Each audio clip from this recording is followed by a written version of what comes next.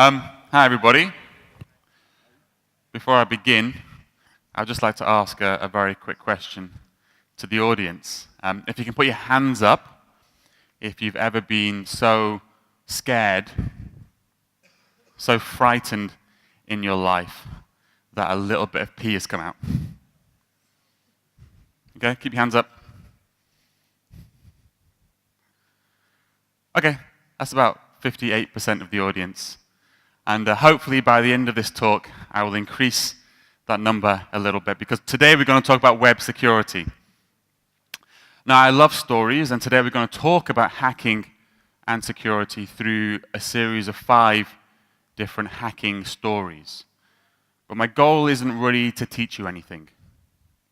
My goal is to make you pee yourself. So let's begin. So my name's Asim Hussain. You can find me on Twitter at JawAche. I blog about Angular and JavaScript on my website, codecraft.tv. And I'm also what's called a cloud developer advocate at Microsoft, so I work in the Azure team. And my job is to be a conduit between the developers like yourselves and the PM teams and developers on Azure. So if any of you use Azure, or have any experiences with Azure, or have any questions about Azure, or have any feedback about Azure, good or bad, come speak to me afterwards. So as well as doing all of that stuff, I also teach web development topics on the platform called Udemy. Does anybody use Udemy here? Heard of it? Okay. See, I'm also a course author on Udemy, and recently on Udemy, they added automatic captioning. So they automatically translated my words into English. And the nice thing is that they changed my name to Awesome. So you can call me Asim or Awesome. Either one, I don't really mind. So I'm going to start. My first story today is going to be the story of my last startup called Event Sushi. Okay, so this was an event site. So I parsed data from sites like Facebook, Meetup.com. I can't even remember, many different sources. There was an event aggregator, so it took data from lots of different event sites and put it on a nice website. This was a side project. At the time, I was working in investment banking for Morgan Stanley, so good job, great money, great career path. But then I had this kind of side project, which became a little bit successful. Not very successful, but a little bit successful. So I did what everybody does. So I quit this amazing job, lots of money, to work on this side project. And I was also very, very, very arrogant. I did tell you I was working in an investment bank, so of course. At the start, I had lots of people, investors, coming up to me saying, oh, let me invest in your company. I was like, no.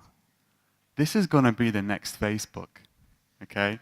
I'm not going to give you 10%. Go away. You can guess where this went. Like 6 months later, almost run out of money, can't pay my rent. I then went back to the initial investors, and they can tell, they can smell that you're desperate. So they were like, They backed off. Apart from one guy. One guy I'd been talking to for about 6 months. He liked me.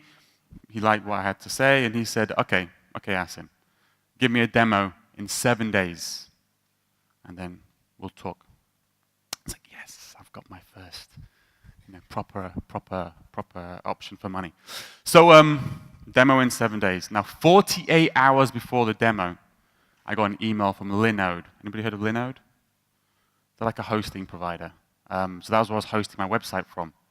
And they contacted me and said, your server's been compromised. We know it's been compromised because it's making attacks to a bunch of other servers. You have 48 hours to fix it, or we shut you down. So 24 hours to fix it, or you shut you down. So I had 48 hours before my meeting, 24 hours before I get shut down. Lots of stress. Logged in, checked everything.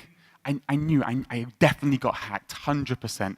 I found a temp folder with some processes, some scripts, some IP addresses, a password files. It was making random requests to other servers. So I know I got hacked, but I couldn't just delete it. I had to fix the root problem. Searched a little bit more, and I found I found it. I saw PHP was running. I said, why is PHP running? I'm not a PHP developer. And I remembered when I first set up the server, I'd installed WordPress.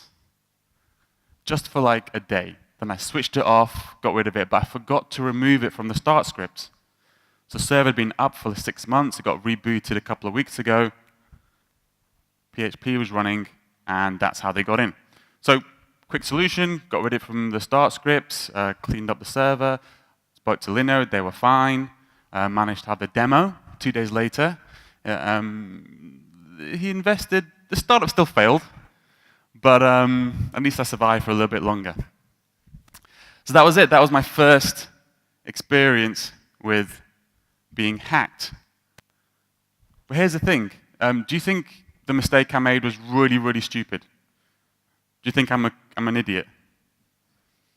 Maybe. Some people say yes to this one. The thing is, I'm not a security expert. I'm not. I'm a developer. I get paid to build applications. But I'd followed all the rules. I'd set up firewalls. I did everything I thought I was supposed to do. I just kind of made one mistake. One mistake, and that's how they got in. So what I'm trying to get to is that if it can happen to me, it can happen to you. Okay, that was the first story. Everybody okay? Yeah? So, talking about stupid mistakes, who's heard of the Equifax hack last year? A few people? Okay, a few people. So this is the largest hack in history. History. Affects about 200 million people. Equifax is a billion-dollar company. Has about 10,000 employees. This is a very, very big hack. But before I explain what the hack is, let me just explain some terminology, because I'm assuming, like me, you're not security experts. So, what is a vulnerability and what is an exploit? A vulnerability is a hole in your security. So not setting up a firewall is a vulnerability. Leaving PHP in the start script is a vulnerability. An exploit is something that you do, either a script or even just a manual series of commands that you run in order to take advantage of a vulnerability to do something bad. So who's heard the term zero-day exploit? A few hands. Okay, so a zero-day exploit is one that nobody knows about yet. It's a secret. Nobody knows about it at all. But once a vulnerability becomes known, maybe people know about it, maybe a white-hat hacker finds out about it, writes a report, it stops becoming a zero-day exploit, or the exploit that exploits that vulnerability stops becoming a zero-day exploit. You might call it a 1 day, a 3 month, a 6 month, a 1 year exploit. No one really calls it that, but you might think of it like that. And actually, the value of the exploit really just goes down over time. Okay, so the longer it becomes in the public domain, the value of the exploit goes down. So, how hard do you think it would be to get hold of a zero-day exploit? Oop. How hard do you think it would be to get hold of a zero-day exploit? It's pretty hard, right? You have to know the right people, you have to be in the right circles, you have to be trustworthy. There's a report done, I think it was last year, that no one really knows. There's no marketplace. You can't go to an eBay for zero-day exploits and kind of look at it, look at the rankings and the ratings and get the average price. So no one really knows. But they've done some studies and they think an average zero-day exploit goes for about $250,000 US. And actually you don't get paid $250,000 US, you get paid in installments for as long as the zero-day exploit stays secret. As soon as it becomes public, you don't get your money.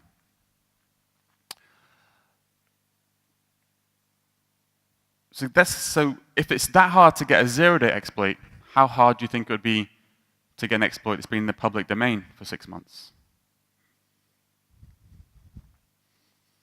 It's not very hard at all, actually. In fact, it's really, really easy. You just Google it. There's loads of databases online. This is one called ExploitDB. I'm searching PHP.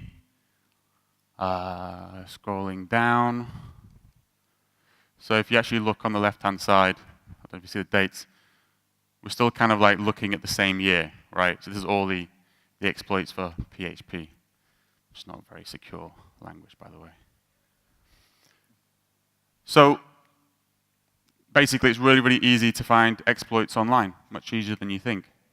And in fact, it's much, much easier than that. So who here kind of writes scripts to automate parts of their lives? Who here would spend a whole day to write one script that maybe saves you 5 minutes of manual time? Yeah, okay. I think more of you should put your hands up really for that one. But yeah, we all do it all the time. So why wouldn't hackers do this? There are loads and loads and loads of tools to automate the hacking process. This is Metasploit. So Metasploit is, you can point it at a website. It will scan that website, figure out if it's got known vulnerabilities, and also has plugins for exploits, so you can then automatically exploit them depending on what plugins you've got installed. And in fact, a couple of weeks ago, this got released, which is quite interesting, Autosploit, which uses a search engine called Shodan, which is kind of a device search engine, which then basically crawls this search engine for devices, scans the devices automatically, figures out how to exploit them automatically, and then just contacts you. So now there's something that just crawls the internet, exploits websites and devices, and gives you access to them. So give it a go if you want to try and get access to a bunch of different webcams around the world, which is quite funny. So it's all automated. Okay.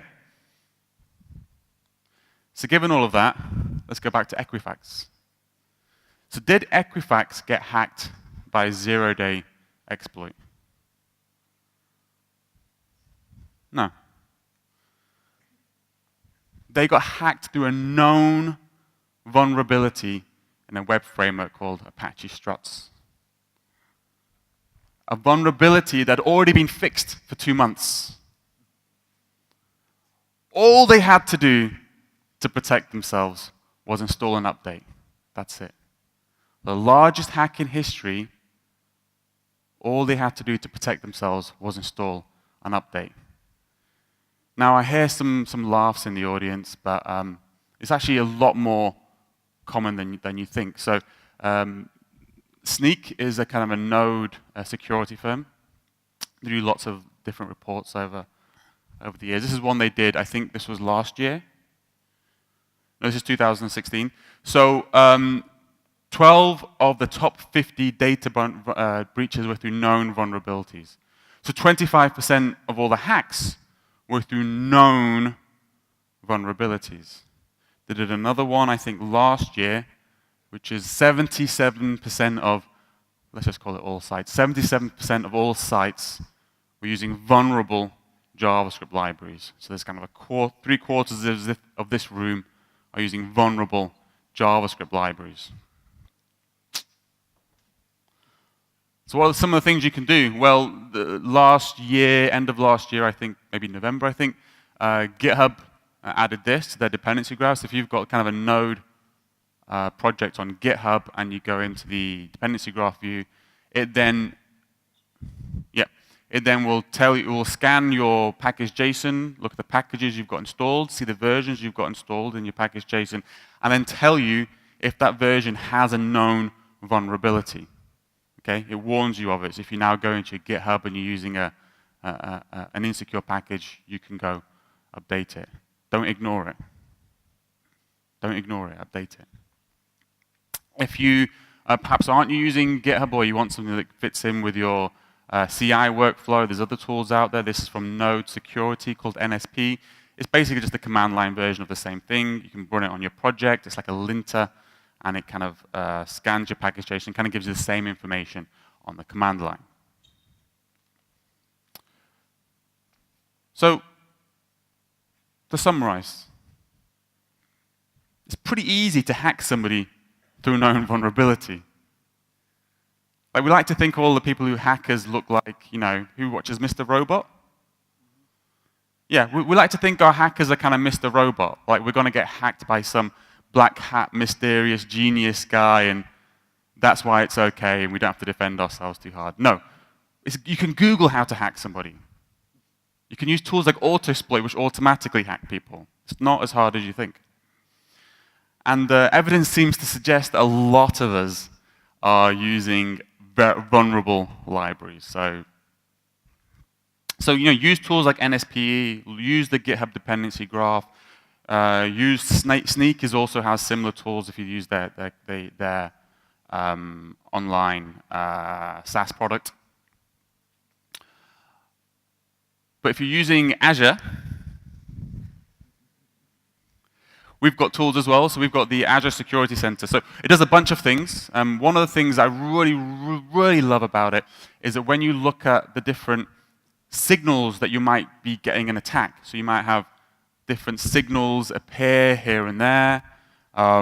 If you just to panic on each signal and send an email, that's a lot of noise, and people eventually start ignoring all of your alerts. So what we did is we trained, and we used a lot of machine learning in our security center for both prevention and threat detection. And what we've done is we've built an AI that can trace through a bunch of signals and detect if you've been hacked. So then when you look at the report and you see the alert, not only does it say, well, we think you've been hacked, but then you can also trace through exactly how it happened. So you can see, oh, failed login attempt, something, something, something. Now somebody has access to a database. So pretty cool. Only costs about $15 to use as well, so it's pretty easy. Okay? Yeah, everybody seems pretty comfortable. I think people from Belarus are probably a bit tougher. By this point in more west I go, people are very uncomfortable, but you guys are pretty solid. Okay, maybe the next one.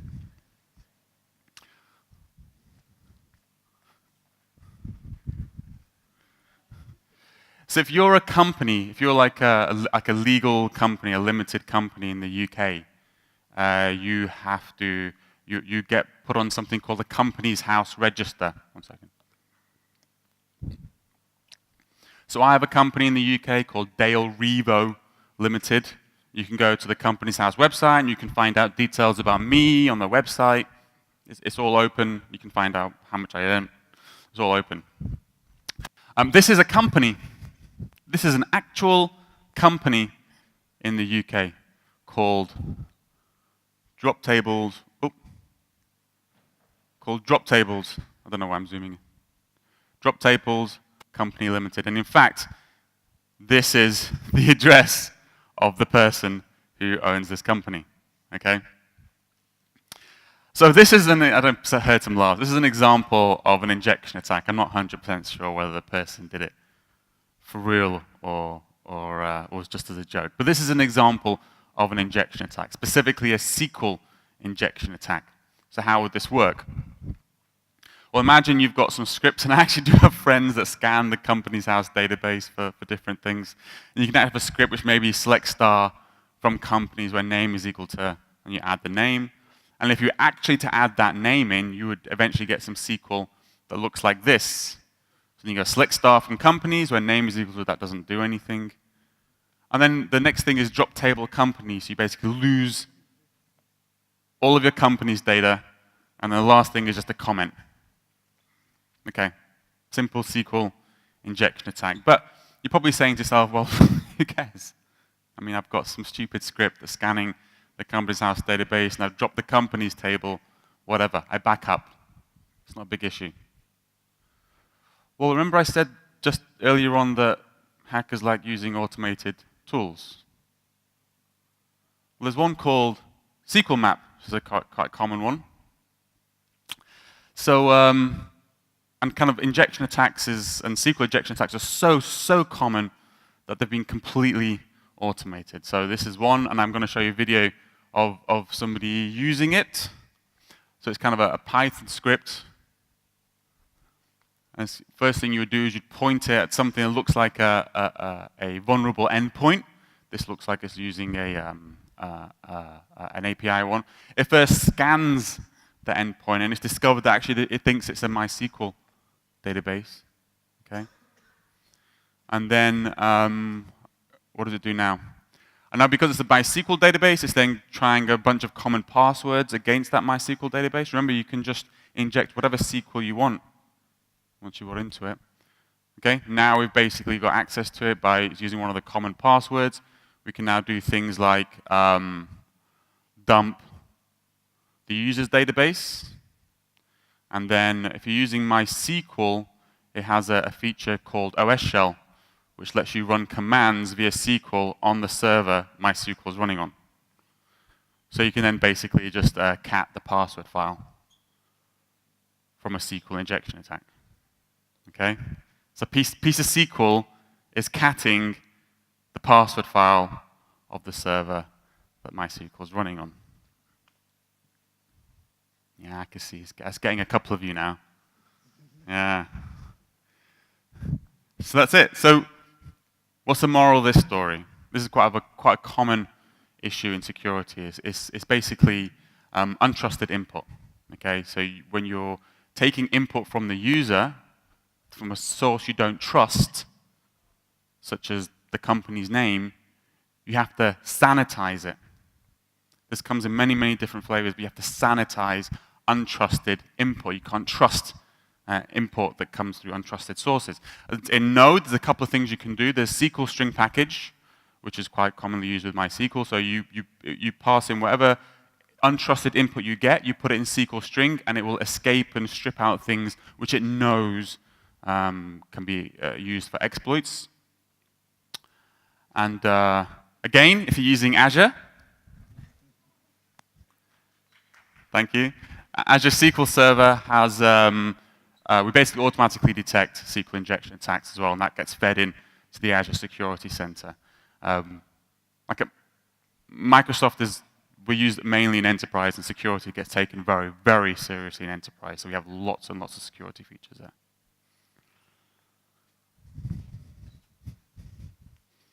God. Wow, tough. Okay, well, I've got to get out the big guns now. Let's try the next story. Who's heard of this company? GitHub? A few. Nah. So GitHub has a bug bounty.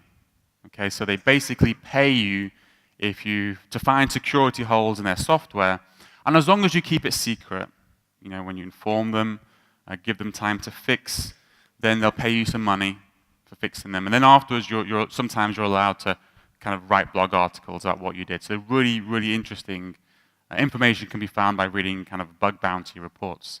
So this is one bug bounty report created by a guy called Orange Sai. So that's Orange. This is not my story. This is Orange's story. So please follow Orange. It does a bunch of stuff, good stuff. And I'd just love to share this story with you because I find this story fascinating. It is a great hack. Let me just take some water. Tension. I'll leave it unlocked. Okay, so GitHub has a feature called Webhooks. So when you can set things up, so if you do a git push, it will do a post to some URL that you configure. Okay, so here, if you do a git push, it will do a post to example.com. But what if instead of you putting in example.com as the webhook URL, you put in localhost? Yeah? No.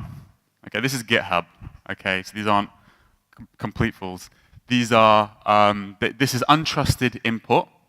Untrusted input, so of course, they sanitized it. They used a sanitizer to make sure that input, you couldn't put localhost in it. Okay, so that's safe.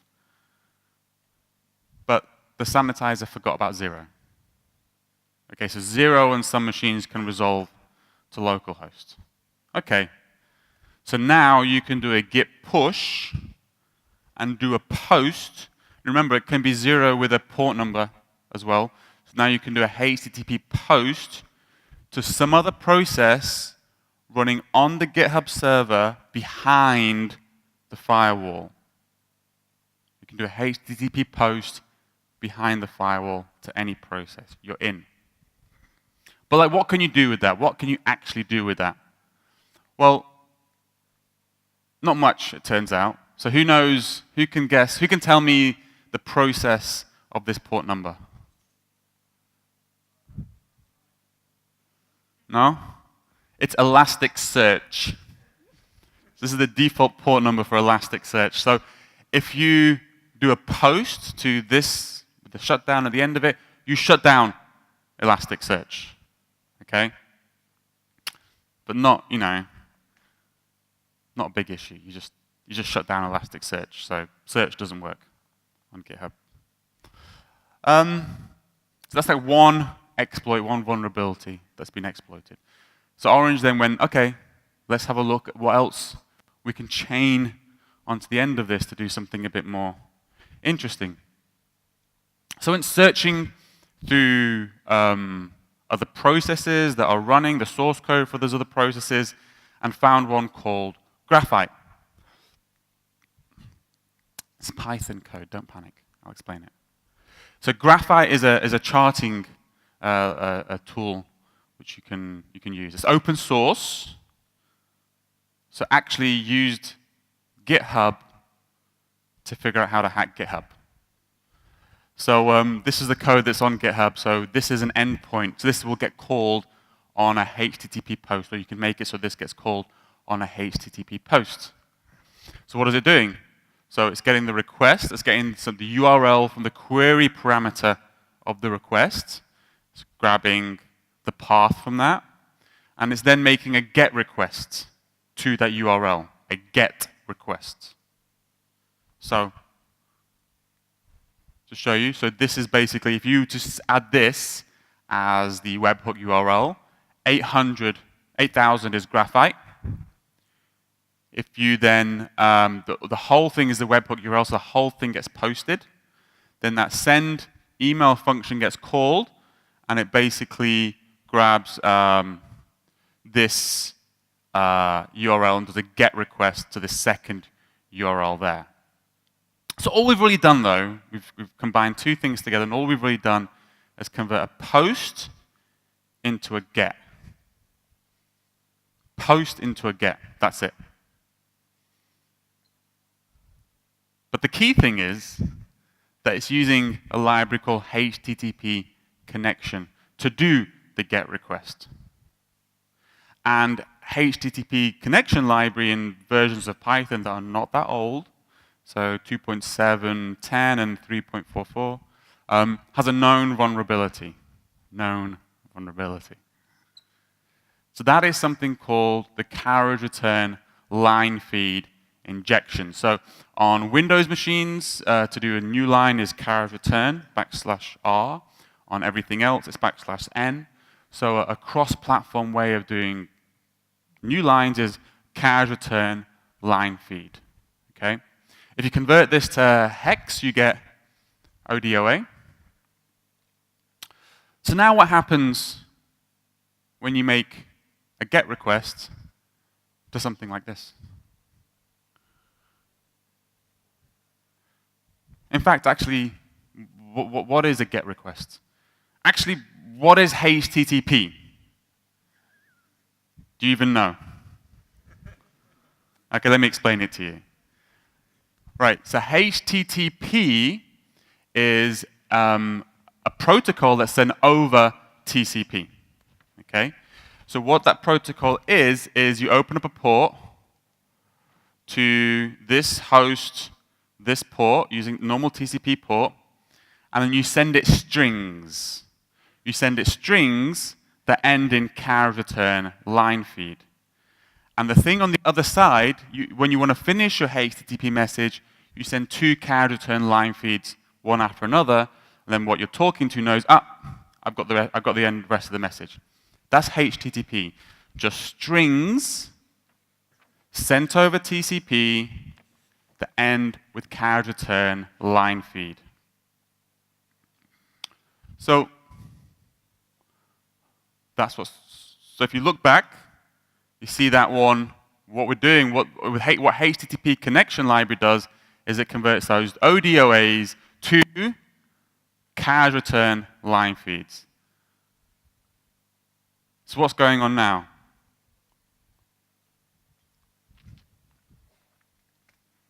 In fact, maybe this will make it more sense. So again, let's play port process. Who can guess the process of 11211? Memcache. Okay, this is Memcache. So if you then sent a GET request to this, remember Memcache is not a TCP server. Memcache is not a TCP server. A HTTP server. This is what you actually end up sending in a HTTP message. Okay? So what we're doing is we are then opening up a TCP connection to this host and this port, and then we're going to send it some messages. We're first going to send it GET thing. Memcache doesn't do HTTP. Memcache is going to go, I don't know what this is. Forget about it. And then you're going to send Memcache this, and Memcache is going to go, oh yeah, I know what this is. Yep. You want me to set data on a key, and the rest of it is kind of timeout information. And it's going to understand that. And then you're going to send it this, and it's going to go, I don't know what this is. I don't know what this is. I don't know what this is. Why do you keep on sending me these stupid strings? So what this is called protocol smuggling. We're making a HTTP connection to another process that doesn't know HTTP. But inside it, we're smuggling in the Memcache protocol. Yeah? So what are we doing? How can we take advantage of that? So as developers, we like to store things in Memcache because you really can't build a performant anything without using Memcache, right? And so what we would do is maybe we'd use a library to take some of our code, serialize it, store it in Memcache, and then some point later on, we're going to take that stuff from Memcache, deserialize it, and execute our code. And we're going to be really, really happy about that because it's going to make our lives easier and make things really, really fast. But Orange just showed us that you can change what's in Memcache. So what's now going to happen is you're going to store your code in Memcache. You're then going to extract your code from Memcache, deserialize it, execute the function, but you're not executing your function. You're executing my function. Okay, but what can you do with that? So if you look at some of these libraries, the way that it uses to store stuff in Memcache, they actually will take the name of if you're serializing an object, it will take the name of the class and put that somewhere in the key. So you can actually look at the keys in Memcache to figure out what classes are being used in the code. So by looking at the keys, Orange found this one. Deprecated instance variable proxy. Deprecated. So instance variable proxy had a vulnerability that people discovered, and they got made public. So what they did was they made, okay, well, we'll just rename instance variable proxy deprecated instance variable proxy. So if developers wanted to use this, they had to go into their code, type in deprecated, and use it. So you couldn't pretend that you didn't know what was going on. You actually had to type the word deprecated. And that's what they did. They used deprecated.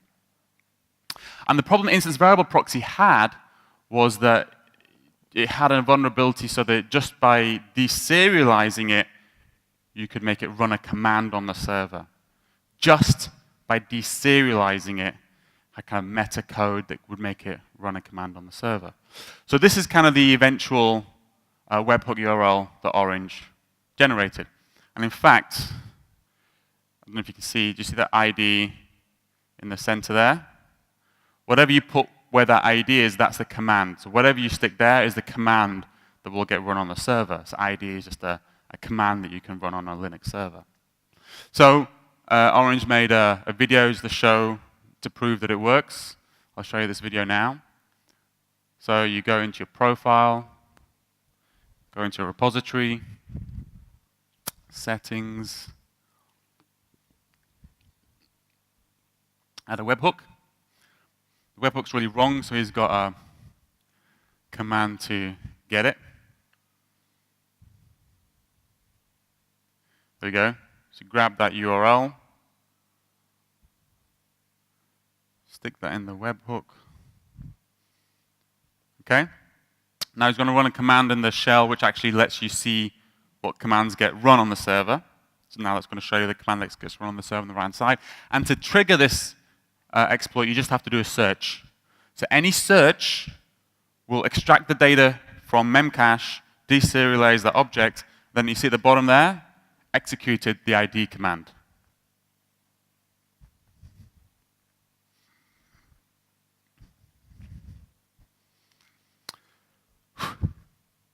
So what's the moral of that story?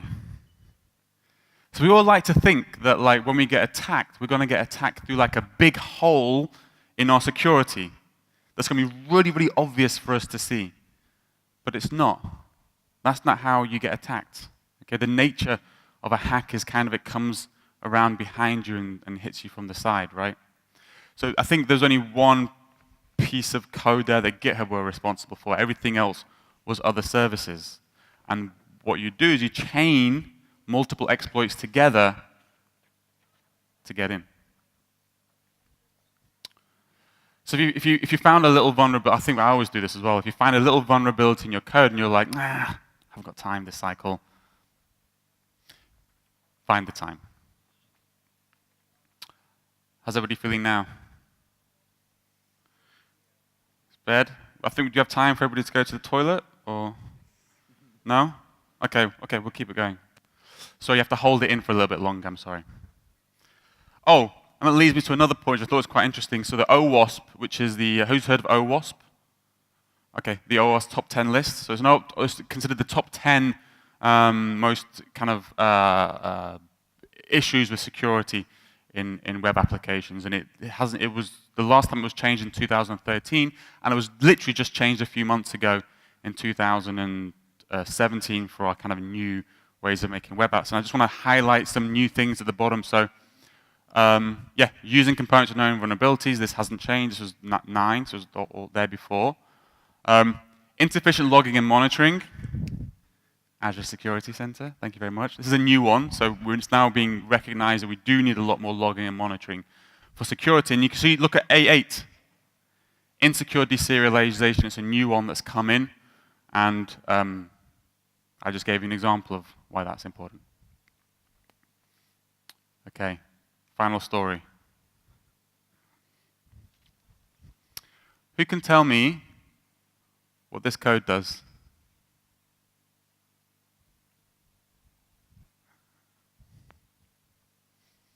No one? So this gets your environment variables, process env, and then turns them into a base 64 string.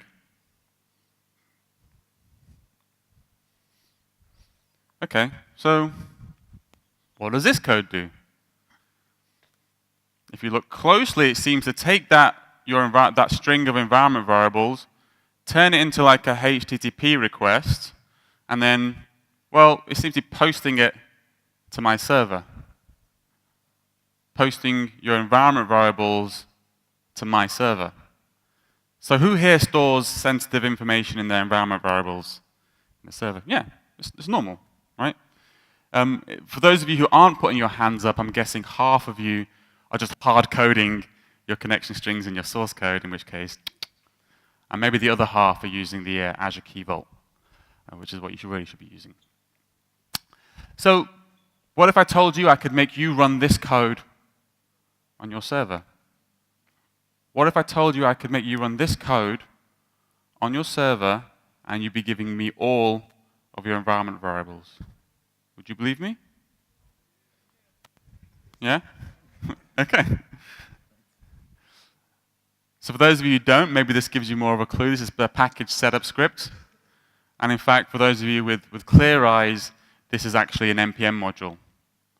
So that piece of code I showed you would get run when this NPM module gets installed. But you're probably thinking, why would you ever install one of my NPM modules? I know, why would you ever install one of my NPM modules? I'm not very popular in NPM. But maybe some of you saw this tweet last year, end of last year.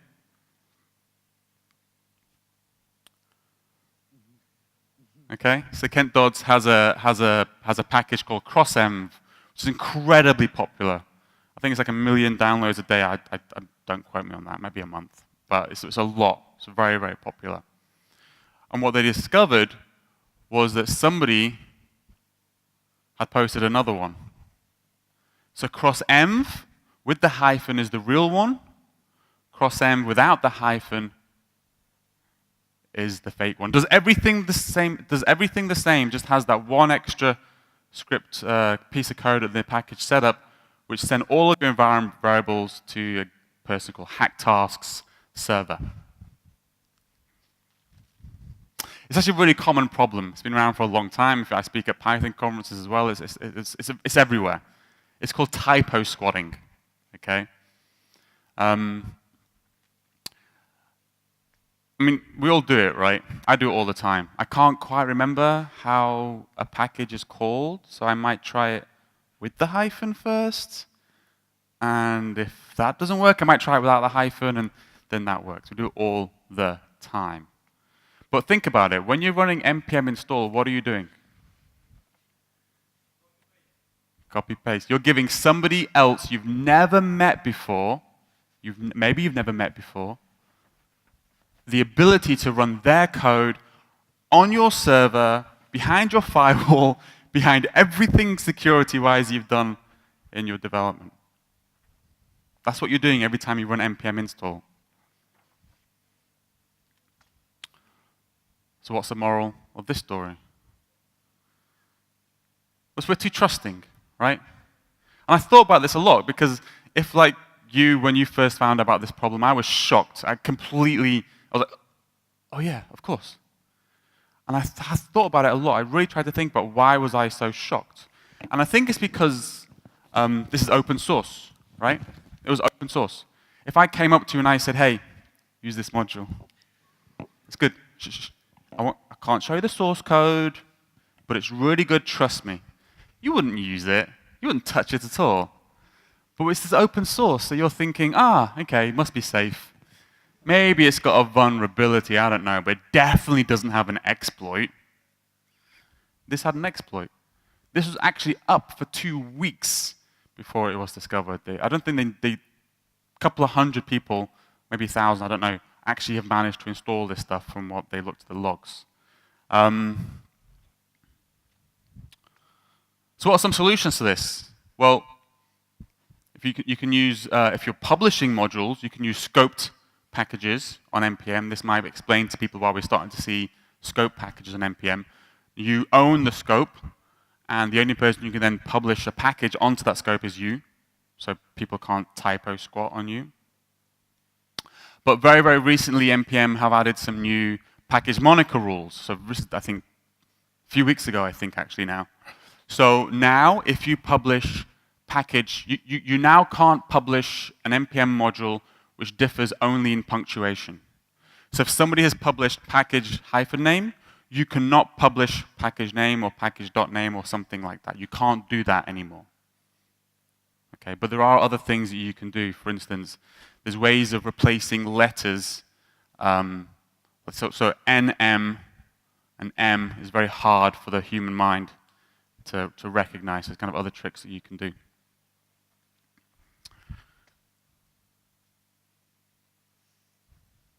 Okay, good. I've started to get some uncomfortable seat movements. So I think I've done my job. So that's it. Just to summarize, what's the takeaways? Don't be that person. Don't be that person who has to sit in that meeting with their CEO and explain that the business the CEO has tried to build up for the last 5 years is now destroyed because you couldn't be bothered to install an update. Install the updates. Don't assume that people will use your site as you expect it. Sanitize all of your untrusted inputs. I mean, there's no such thing as a small vulnerability when you're kind of prioritizing tasks in your queue. Fix everything. And did anybody get scared with the NPM thing? Yeah, a few. I don't really have a solution for that, so here's a unicorn. So that's it, really. Thank you so much for your time. Again, you can follow me on Twitter at jawache, and I'll be posting up the slides for this in just a few minutes once I get off the stage. So if you want to grab the slides, then there's links in the slides as well.